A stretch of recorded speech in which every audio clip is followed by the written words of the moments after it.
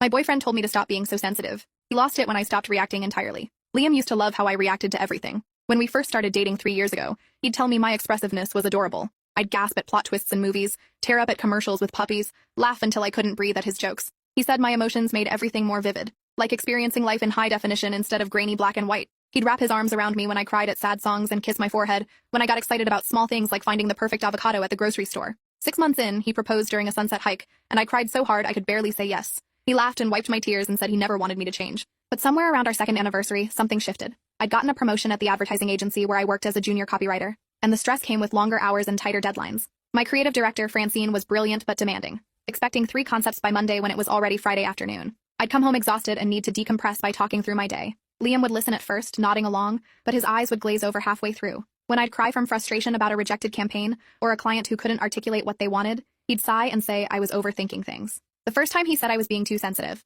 I was upset about a comment Francine made about my work lacking edge. He told me to toughen up because the real world didn't care about hurt feelings. I'd laughed it off, assuming he was just having a bad day. The criticism became more frequent after that. When I'd get emotional about anything, his face would tighten with irritation. I cried during a documentary about ocean pollution, and he said I was being dramatic over things I couldn't control. I got angry when a driver cut me off in traffic and honked, and he said I was overreacting to normal city driving. I expressed disappointment when he forgot our dinner reservation, and he accused me of making mountains out of molehills. Every emotional response I had was labeled as excessive, irrational, or attention-seeking. He'd roll his eyes when my voice got higher with excitement, or shake his head when tears formed during emotional conversations. The phrase, "you're too sensitive," became his default response to anything I felt deeply. I started trying to control my reactions around him. When something made me want to cry, I'd bite the inside of my cheek until I tasted blood. When something excited me, I'd tone down my enthusiasm to a mild smile. When something frustrated me, I'd swallow the anger and speak in measured, even tones. It was exhausting, like holding my breath underwater and only coming up for air when he wasn't looking. My best friend Kendra noticed during our weekly coffee meetups that I seemed muted, like someone had turned down my volume. She asked if everything was okay with Liam, and I assured her we were fine, just adjusting to living together. The lie felt heavy in my mouth, but I didn't know how to explain that the person who'd loved my emotions now treated them like character flaws. 3 months ago, we had the fight that changed everything. I'd spent weeks working on a pitch for a major client, a sustainable fashion brand looking to rebrand their entire image. The presentation was scheduled for Wednesday morning, and I'd practiced my delivery until I could recite it in my sleep. Tuesday evening, Francine called to tell me the client had moved to a competitor agency because their CEO and our CEO had some personal falling out. All that work, all those late nights, completely wasted because of corporate drama that had nothing to do with the quality of our ideas. I came home and broke down crying on the couch, not just sad tears but the full-body sobbing that comes from weeks of stress finally releasing. Liam walked in from the gym, saw me crying, and his expression shifted from concern to annoyance in seconds. He asked what was wrong now, emphasis on the now like my emotions were a recurring inconvenience. I explained about the client and the wasted work, and he said these things happen in business and I needed to develop thicker skin. When I said I was allowed to be upset about it, he exploded. He said I was exhausting to live with because everything was a crisis with me. He said normal people didn't fall apart over work disappointments or cry at every sad thing they encountered. He said my constant emotional reactions were draining him, and he couldn't be my therapist anymore. The words hit like physical blows, each one landing harder than the last. Then he said the thing that stuck in my brain like a splinter I couldn't remove. He looked directly at me with something close to disgust and said I needed to stop being so sensitive or our relationship wouldn't survive. He said if I couldn't learn to control myself, he'd have to reconsider whether we had a future together. The threat was clear and deliberate, designed to scare me into compliance. I stared at him through blurry tears, and something inside me went quiet. Not sad quiet, but eerily calm quiet, like flipping a switch and feeling the power cut off completely. I wiped my face, stood up, and went to the bedroom without another word. He called after me asking if I heard him, and I said yes without turning around. That night, lying in bed while Liam snored beside me, I made a decision. He wanted me to stop being sensitive, to control my reactions, to be less emotional. Fine. I'd give him exactly what he asked for. Not by suppressing my feelings, but by removing him from access to them entirely. He wouldn't get my joy or my sadness, my excitement or my frustration, my love or my anger. He'd get nothing. The idea felt cold and calculated, but also liberating in a way I hadn't expected. I wasn't going to argue or explain or defend my right to feel things. I was just going to stop sharing any of it with him. The next morning, I woke up and went through my routine without speaking to Liam beyond basic logistics. He asked if I was still upset about last night, and I said no in a flat, neutral tone. He looked relieved, like he'd successfully trained a dog to stop barking. I made coffee, got dressed, and left for work without the usual goodbye kiss or have a good day text. At the office, I threw myself into new projects with Francine, who noticed my increased focus and sharper concepts. When she praised my work, I felt proud, but didn't share the victory with Liam later. When a coworker made me laugh until my sides hurt, I didn't relay the story over dinner. When I had a frustrating interaction with a difficult client, I didn't mention it at all. Liam didn't notice the change immediately because the absence of my emotions looked like what he'd asked for. I came home calm and unbothered, made dinner, ate while scrolling through my phone, then worked on my laptop or read a book until bed. I responded to his questions with brief, factual answers. Yes, work was fine. No, I didn't need anything from the store. Sure, we could watch whatever he wanted on television. My voice stayed level and even, never rising with excitement or dropping with disappointment. I laughed politely at his jokes, but not with the full-body shaking laughter he used to trigger. I smiled when appropriate but kept it small and controlled. The first week passed with Liam seeming pleased with the new dynamic. He'd come home from his job at the tech startup and talk about his day, and I'd listen without contributing much beyond nods and minimal responses. He didn't ask about my day anymore, probably relieved to avoid potential emotional reactions. We existed in the same space like roommates with a shared lease, cordial but distant. I continued pouring my actual emotions into other outlets. I'd call Kendra on my lunch breaks and tell her everything I couldn't tell Liam. I'd write long journal entries processing my feelings about work and life and the slow death of my relationship. I'd cry in my car in the parking garage before heading upstairs to our apartment. Liam never saw any of it. Around the 2-week mark, something shifted in him. We were making dinner together, a task that used to involve me dancing to music and telling stories while he chopped vegetables. This time, I methodically prepared ingredients in silence, following the recipe without commentary. He kept glancing at me like he was waiting for something. Finally, he asked if I was okay, and I said yes. He pressed further, saying I seemed distant, and I told him I was just focused on cooking. He dropped it, but his eyes followed me around the kitchen with a confused, almost concerned expression. I felt nothing seeing his discomfort. That surprised me because I expected to feel guilty or sad, but there was only a cool detachment, like watching a stranger struggle with a problem that wasn't mine to solve. The weekend brought our first real test of my new approach. Liam's sister was getting married, and we'd been invited to the wedding 3 hours away. I'd spent months looking forward to it, had bought a beautiful emerald dress, and was excited to see his family. The old version of me would have been chattering nervously in the car, adjusting my makeup, asking if I looked okay. Instead, I sat quietly looking out the window while Liam drove. He tried to make conversation, asking about my week at work, and I gave one-sentence summaries. He mentioned the wedding would be emotional, and I agreed with a non-committal hum. By the time we arrived at the venue, he looked unsettled in a way I'd never seen before. The ceremony was beautiful. His sister, Natalie, looked radiant in vintage lace, and her vows made everyone in the church tear up. Everyone except me. I sat with my hands folded in my lap, face neutral, watching like I was viewing a painting in a museum. Liam kept glancing at me, and at one point he reached for my hand. I let him hold it, but didn't squeeze back or stroke his thumb the way I normally would have. When the bride and groom kissed and everyone cheered, I clapped politely without the beaming smile that usually took over my face at weddings. Liam leaned close and whispered, asking if I was okay, and I nodded once. His jaw clenched, but he turned back to watch his sister walk down the aisle. At the reception, I maintained the same controlled demeanor. I made small talk with his relatives, answering their questions about work and our life together with pleasant but vague responses.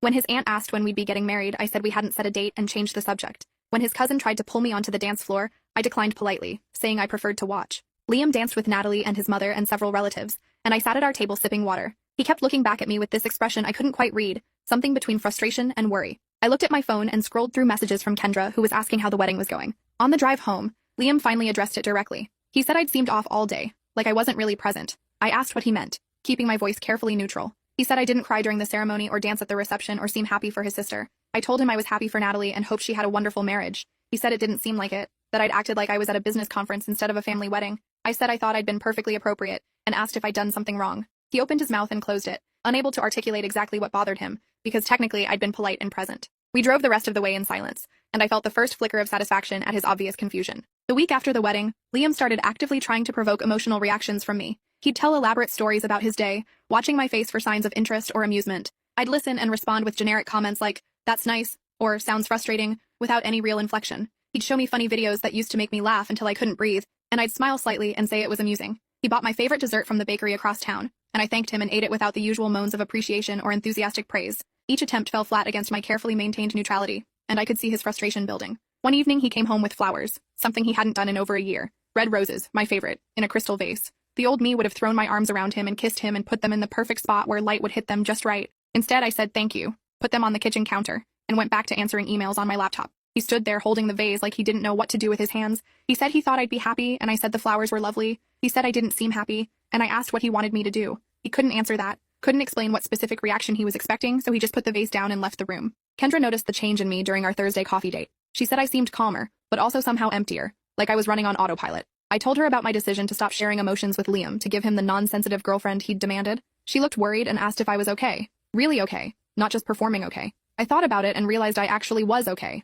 Better than okay in some ways. Without the constant criticism and eye-rolling, without needing to defend my right to feel things, I had mental energy for other parts of my life. My work was thriving, I'd started painting again after years away from it, and I joined a book club where I could discuss stories without judgment. Liam had wanted me less sensitive, and in removing myself from his emotional reach, I'd found unexpected peace. Francine pulled me into her office on Friday afternoon with news about a major campaign opportunity. The agency had landed a national account for a mental health awareness initiative, and she wanted me to lead the creative team. It was the kind of career-defining project I'd dreamed about since joining the company, the kind of thing that would have sent old me running to Liam bursting with excitement and plans and nervous energy. Instead, I thanked Francine professionally, told her I was honored, and went back to my desk to start preliminary research. When I got home, Liam asked about my day, and I said it was productive. He pushed, asking what made it productive, and I said I got assigned to a new project. He waited for me to elaborate, and when I didn't, He asked what kind of project. I gave him a one-sentence summary and started making dinner. That night, Liam tried a different approach. He suggested we watch one of our favorite shows together, a comedy we used to quote constantly. I agreed and sat on the opposite end of the couch instead of curled up against him. During the episode, he'd laugh at familiar jokes and glance over at me, waiting for me to laugh too or repeat our inside jokes about certain scenes. I watched with a slight smile but didn't react beyond that. Halfway through, he paused the show and asked what was wrong. I said nothing was wrong. He said I'd been acting weird for weeks, and I asked him to define weird. He struggled to put it into words, finally saying I just wasn't myself anymore. I told him I was exactly myself, just the less sensitive version he'd requested. His face went pale, and he stared at me like he'd never seen me before. The conversation that followed was circular and frustrating for him. He said he hadn't meant for me to become a robot, and I said I wasn't a robot, I was just controlled. He said I'd taken his words too literally, and I said he'd been very clear about wanting me to stop being so sensitive. He said there was a difference between being less dramatic and becoming emotionless, and I said I was simply giving him what he asked for. He raised his voice saying this wasn't what he wanted, and I responded in the same level tone that I was confused because this was exactly what he'd described. He stood up and paced the living room, running his hands through his hair with visible agitation. I sat calmly on the couch, watching him spiral, and felt nothing. After that night, Liam became almost obsessive about trying to crack my emotional armor. He'd bring up topics designed to trigger reactions, mentioning news stories about injustices or playing songs that used to make me cry. I'd acknowledge the topics with measured responses, agreeing that yes, certain situations were unfortunate, or yes, the music was beautiful. He'd share personal memories from our early relationship, describing how I'd reacted to things with so much feeling, and I'd nod along like he was talking about someone else. In a way, he was. That version of me had trusted him with her heart, and he'd criticized every beat of it, until she'd sealed it away somewhere he couldn't reach. Work became my emotional outlet. Francine and I spent hours developing concepts for the mental health campaign, and I poured all my passion into creating messages that would help people feel seen and understood. The irony wasn't lost on me that I was crafting content about emotional wellness, while my own relationship was emotionally bankrupt. But the work felt meaningful in a way nothing had in months. I interviewed people about their mental health journeys, and I'd cry during their stories, genuinely moved by their courage. Then I'd drive home, wipe my face, and walk into the apartment with neutral composure. Liam never saw the tears or heard about the interviews or knew about the parts of my day that still made me feel deeply. One Saturday morning, I was painting in our spare bedroom that doubled as my office. I'd started a series of abstract pieces using colors that reflected different emotions, bold reds and deep blues and chaotic blacks. Liam walked in with coffee and stood watching me work. He said he didn't know I was painting again, and I said I'd started a few weeks ago. He asked why I hadn't mentioned it, and I said he hadn't asked.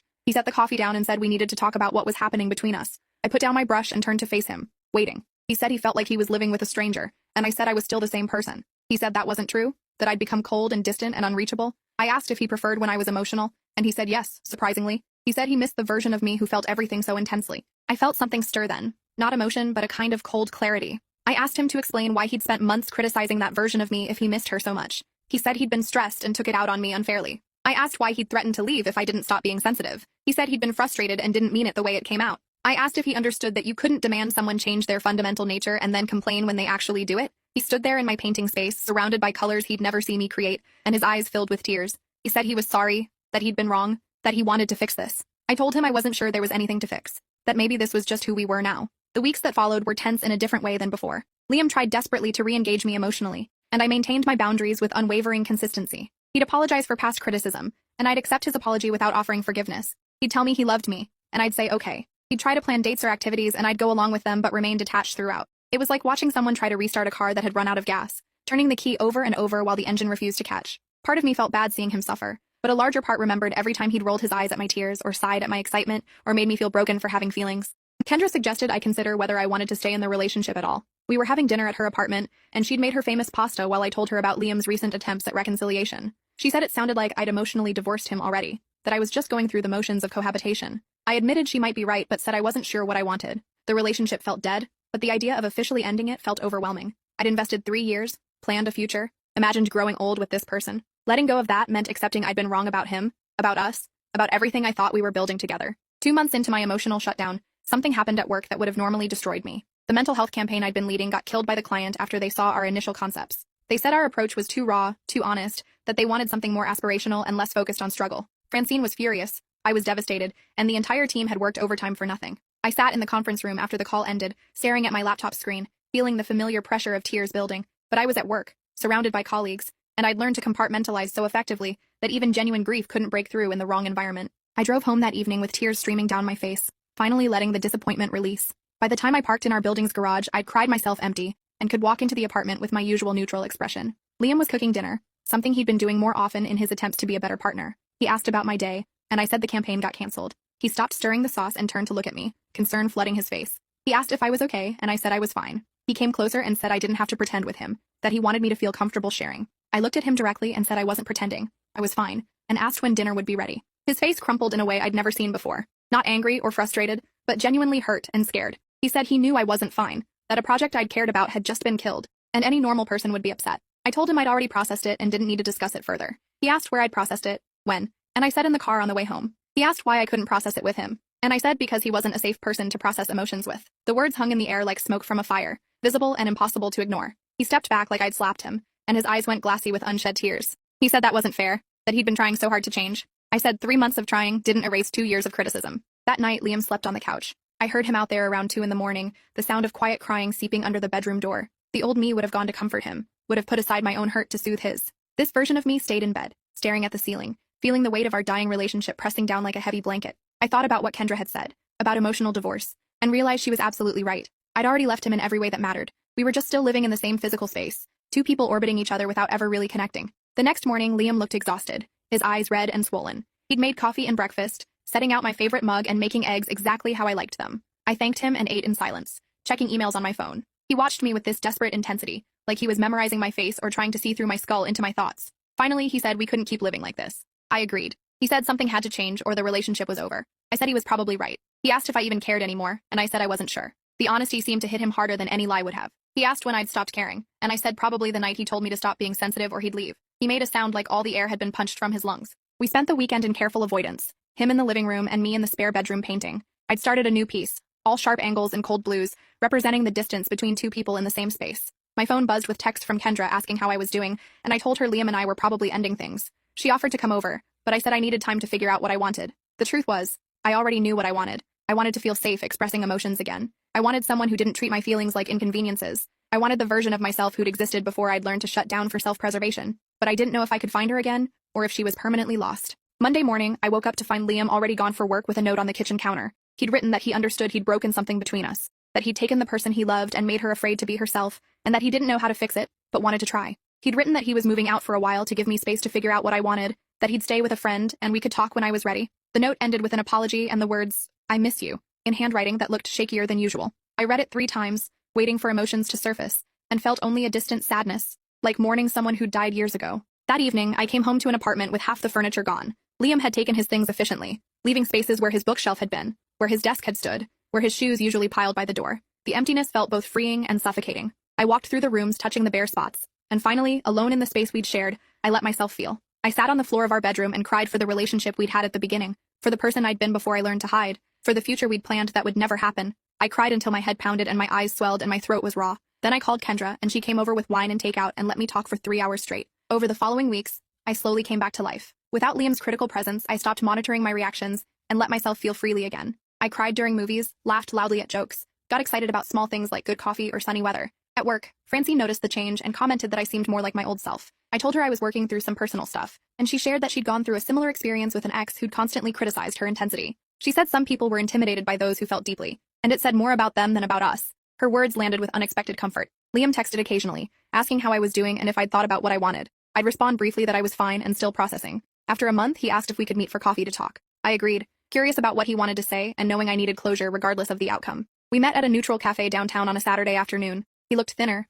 tired, with circles under his eyes that hadn't been there before. He thanked me for coming and said he'd been doing a lot of thinking and even started therapy to work on his issues with emotional expression and criticism. He said his therapist had helped him understand that he'd been projecting his own discomfort with feelings onto me. I listened without interrupting while he explained that his father had raised him to view emotions as weakness, that showing feelings had been mocked and punished throughout his childhood. He said he'd thought he'd moved past that but realized when things got stressful in our relationship, he'd fallen back on his father's voice telling him emotions were inconvenient and embarrassing. He apologized for making me feel like my natural expressiveness was a flaw instead of recognizing it as the beautiful quality he'd originally fallen in love with. He said he understood if I couldn't forgive him, but he wanted me to know he was working on himself, and regretted every time he'd made me feel bad for feeling. When he finished, I took a breath and shared my own truth. I told him that while I appreciated his apology and his work in therapy, I didn't trust him anymore. I explained that he'd trained me to hide myself from him, and even though he regretted it now, the damage was done. I said I'd spent 2 months rediscovering who I was without his criticism, and I liked that person too much to risk losing her again. I said I needed a partner who celebrated my emotional nature from the beginning, not someone who had to relearn how to accept it after breaking it.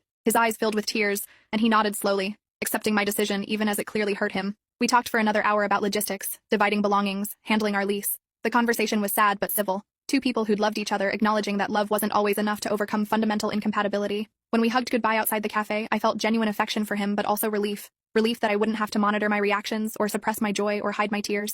Relief that I could be fully myself, without fear of eye rolls or sighs or lectures about sensitivity. Relief that I was choosing myself for the first time in years. 3 months after Liam moved out, I went on my first date with someone new. His name was Oliver, and we'd met at a gallery opening for local artists where one of my paintings was displayed. He'd stood in front of my piece for 15 minutes, studying the way I'd layered colors to represent emotional complexity. When he'd approached me, he'd asked about my process with genuine curiosity and understanding. On our first date, I cried during a particularly moving scene in the play we attended, and instead of looking embarrassed, Oliver squeezed my hand and passed me tissues without judgment. Walking home, I laughed loudly at his story about his disastrous attempt at making sourdough, and he grinned and said my laugh was contagious. I felt something unfurl in my chest, something that had been locked tight for so long I'd forgotten it existed. 6 months later, I got promoted to senior creative director at the agency, leading the team I'd once been junior on. Francine said my emotional intelligence made me exceptional at understanding clients and connecting with audiences, that my sensitivity was an asset that made my work resonate. I thought about Liam sometimes, wondering if he'd really changed or if his next girlfriend would eventually hear the same criticism I had. But mostly I thought about how close I'd come to believing him,